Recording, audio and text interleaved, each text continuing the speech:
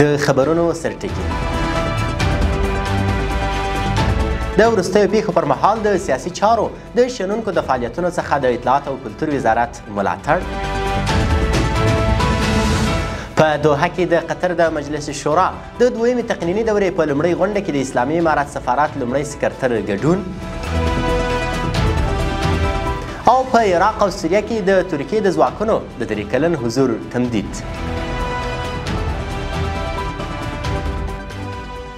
د لوی مهربان خدای په سپېڅلي نامه درنو لیدونکو سلام. د نن ورځې خبرونو ته ښه راغلاست. نن چهارشنبه د روان کال د تلې میاشتې 13مه نیټه ده. زه همت یم او دا هم بشپړ خبرونه. د اطلاعات او کلتور وزارت د یو لړ مراسمو په ترڅ کې د وروستیو پیښو پر مهال د سیاسي چارو د شنونکو د فعالیتونو څخه د ملاتړ او ستاینه وکړه. د اطلاعات او کلتور وزیر شیخ شیر محمد حقانی په دې مراسمو کې وویل چې افغان ملت لکه څرنګه چې اړینه وه په ګډه له نظام څخه ملاتړ وکړه او نړۍ ته یې په ډاګه کړه چې افغان یو واحد ملت دی او هیچ چاته اجازه نه ورکوي چې پر هیواد یې تیری وکړي. ښاغلي حقاني زیاته کړه اسلامي امارت د یو خپلواک نظام په توګه د نړۍ له زبرځواکونو سره مذاکرات کړي او د ملت له حقونو دفاع کړې ده. ورته مهال د اطلاعات او کلتور وزارت د خپرونو چارو مرستیال مولوي حیات الله مهاجر فراهي وویل دغه وزارت له سیاسي شنونکو او رسنیو څخه په کلکه ملاتړ کوي. په پای کې د سیاسي چارو شنونکو وویل چې د اسلامي امارت ځواکونه په میړانه تیري ته ځواب ورکړ.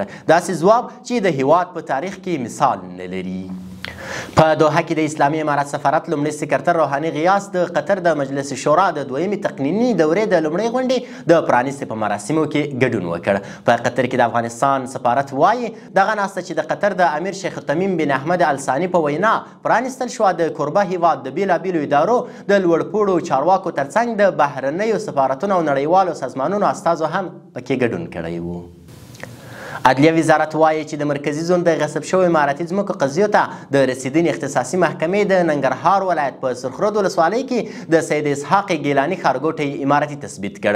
د عدلیې وزارت په وینا دغه محکمې د اسناد او موندنو له دقیق ارزونې وروسته پریکړه کړې چې د دې ښارګوټي ټوله ځمکه چې 15640 جریبه کېږي اماراتي ملکیت دی.